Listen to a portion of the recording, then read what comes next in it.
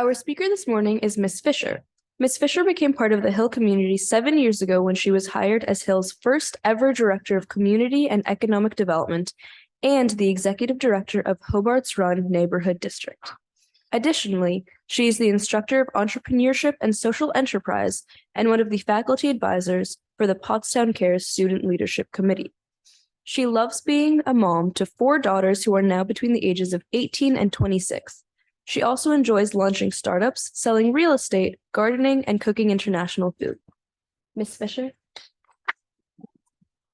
Good morning, everyone. It's great to be up here. I think the only other time I've given a chapel talk was in 2020, and it was empty in here. It was hard to speak to a camera and feel like I was authentically delivering what I wanted to say. But thank you for this opportunity to share. It really is an honor. I'd like to give a quick shout out to the people I work with in various roles here, to my coworkers, Kathy Skitko and Jackie Steinman, who co-create with me and do so much in the community and for Pottstown. To Rick Wood, who's my direct report, and Mike Harris, who's the chair of the Hobart's Run board. To the history department for adopting me as an instructor. To my entrepreneurship students and the students at Pottstown Cares.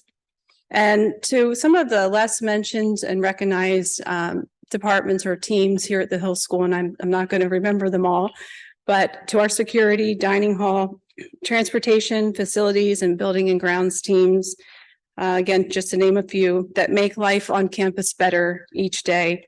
We see you and appreciate you. It all started on Saturday morning when I was just reading the news after Morning Brew, of course. Are there any Morning Brew subscribers here? Yes, no. Really? Why do I want their merch so badly? Like I told my class, I'm like, sign up with my name so I get the joggers. Anyway, so I was just reading the morning news and I'm jumping around from article to related article. And I stumbled on something trending in the European housing world called reverse or upside down living. And as you may guess from the name, it is literally reversing the location of rooms in a 2 or more story house. Where bedrooms on the entry level, often with access to sprawling gardens or patios, are on the bottom floor, and the kitchen, dining room, and study or office spaces are on the upper floors, where large windows give way to plentiful natural light, fresh airflow, and generous views of one's surroundings. Very different. It's thought to be practical in many ways, from heating a home to feeling more balanced overall. Now, notably, this is not something that everyone can attempt. If you've ever lived in a condo or any kind of one-story home, there's nothing to turn upside down.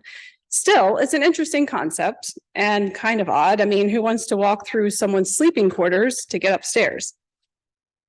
As I pondered this trend more, however, I found myself applying it in an intangible sense to the layout of our head and our heart.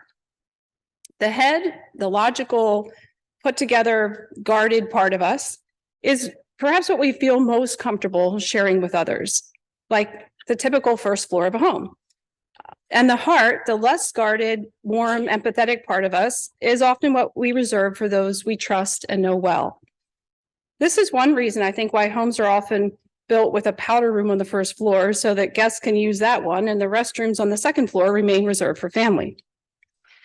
So again, I was asking myself, what would this upside down living concept look like if we led more with our hearts and less with our heads? How different would life be? Which led me to think about upside down living in a spiritual sense. And that has been around for a very long time. It's found across many religions in various ways. But I'll speak from the perspective of Christianity and take us back to the times of Jesus here on earth. I believe he was a prophet, God incarnate, who loved with his heart and challenged many societal norms of his time. He taught a new way of being and invited others to follow him. For example, in Matthew 5, after the well-known Beatitudes, there are a series of antitheses because Jesus was giving his own interpretation of Mosaic law that start with, "You have heard it said, but I say unto you." And these interpretations took the head, the logical reaction that we have to things, and the heart, which is love beyond reason, and turn them upside down. And 2 of the ones you may have heard before are an eye for an eye and love for enemies. Eye for eye. This is from Matthew 5, beginning with verse 38. You have heard that it was said, eye for eye and tooth for tooth. But I tell you, do not resist an evil person. If anyone slaps you on the right cheek, turn to them the other cheek also. And if anyone wants to sue you and take your shirt, hand over your coat as well. If anyone forces you to go 1 mile, go with them 2 miles. Give to the one who asks you, and do not turn away from the one who wants to borrow from you. Love for enemies. You have heard that it was said, love your neighbor and hate your enemy. But I tell you, love your enemies and pray for those who persecute you, that you may be children of your Father in heaven. He causes his sun to rise on the evil and the good, and sends rain on the righteous and the unrighteous. If you only love those who love you, what reward will you get? Are not even the tax collectors doing that? And if you greet only your own people, what are you doing more than others? Do not even pagans do that?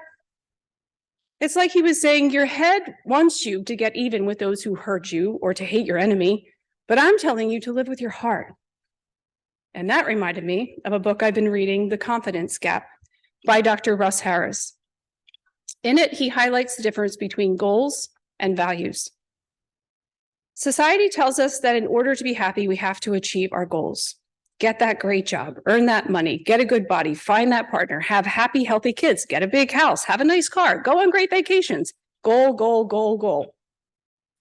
It is generally true that achieving these goals may bring moments of happiness, but how long does it last?